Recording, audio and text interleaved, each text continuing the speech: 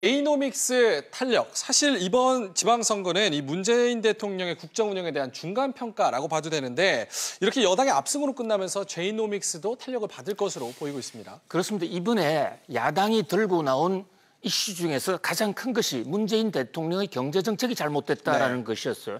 사실 그 분야를 빼놓고 나면 야당이 공격할 소재가 별로 없었습니다.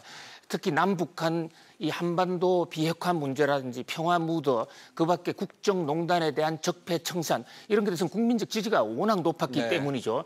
그래서 실업률이 높은 것이라든지 또는 소득주도 성장론에 대한 이 비판, 세금이 좀 높아지는 이런 문제를 조금 다루긴 했는데요. 여기에 대해서 국민들은 전혀 귀를 기울이지 않았다.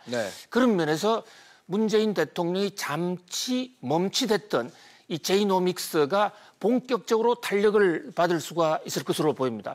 문재인 대통령의 이 제이노믹스의 핵심 골격은 첫 번째가 소득 주도 성장론입니다. 소득을 늘려줘서 그 소득으로 소비를 촉진하고 소비 확대에 의해서 성장률도 끌어올리겠다.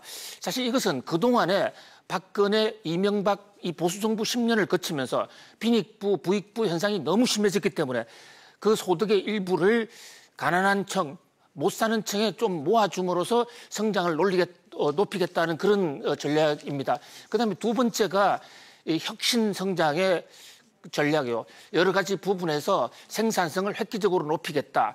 그 밖에도 공정 경제를 추진하겠다는 것입니다. 이 공정거래위원회 김상조 위원장이 오늘로 취임 1주년을 맞는데 사실 지난 1년 동안 그렇게 평소에 제가 알던 김상조 그 공정거래위원장 교수로서의 주장하던 김상조 위원장의 정책이 나오지 않았거든요. 이렇게 나오지 못한 것은 정부가 소득주도 성장 그리고 혁신성장, 공정경제 이 세 가지를 지향을 하면서도 이 바로 중간평가라고 볼 수 있는 지방선거에서 민심 이탈을 우려해서 사실 정부가 카드를 그렇게 본격적으로 꺼내놓지 않았다고 볼 수 있습니다. 그런데 이제 중간선거도 압승으로 끝남에 따라서 이 제이노믹스가 본격적인 탄력을 받고 그동안 문재인 대통령과 그 촛불 정권이 수년 동안 준비해왔던 이른바 진보적 경제적 가치를 실현할 수 있는 본격적인 제이노믹스가 실현될 것으로 보입니다. 그러나 이 경우에도 이 제이노믹스의 소득주도 성장에 관해서는 지금 국제경제학계나 이런 데서 한계론, 근본적 구조적 한계론을 지적하는 여론도 적지 않거든요.